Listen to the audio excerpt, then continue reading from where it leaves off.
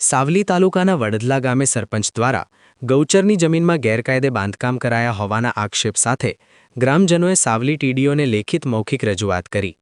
એક તરફ સરકાર દ્વારા દબાણો દૂર કરવા પરિપત્ર જાહેર કરાયો છે, જ્યારે વડોદરા જિલ્લાના સાવલી જરોદ રોડ પર આવેલા વડદલા ગામના સરપંચ દ્વારા સરકારી પડતર સહિત ગૌચરની જમીનમાં ગેરકાયદે પાક્કા બાંધકામ કરાયા હોવાના આક્ષેપ કરી સાવલી તાલુકા પંચાયત કચેરીએ વડદલા ગામના ગ્રામજનોએ લેખિત મૌખિક રજૂઆત સાથે ફરિયાદ કરી હતી। ગૌચરની જમીનો પશુઓ માટે ખૂબ જ ઉપયોગી અને જીવન આધાર માટે જરૂરી હોય આ અરજ રજૂઆતની યોગ્ય તપાસ કાર્યવાહી કરવા ગ્રામજનોએ તાલુકા વિકાસ અધિકારીને જણાવ્યું હતું। આશા ન્યૂઝ ગુજરાતી રિપોર્ટર સૈયદ મુસ્તાક અલી, સાવલી।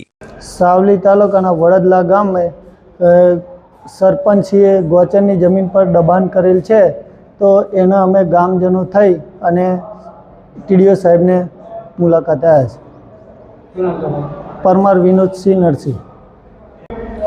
સાવલી તાલુકાના વડદલા ગામમાં જે ગૌચર જમીન પર ગેરકાયદેસર કબજે કરીને હાલની સત્તાના સરપંચ ગોહિલસિંહ વિક્રમસિંહ કરીને બેઠા છે, જે ગેરકાયદેસર જમીન પર કબજો કરીને બેઠા છે, તે બાબતને લઈને અમે ગામજનોએ બધા ભેગી થઈને ટીડીઓ સાહેબને તાલુકા પંચાયતમાં અમે અરજ કરી છે અને મુલાકાત લીધી છે।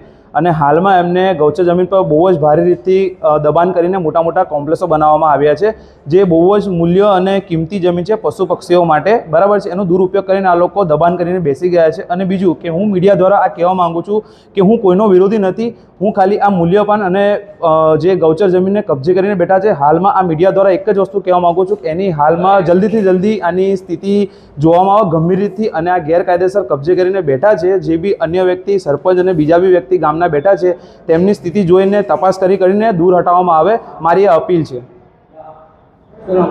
મારું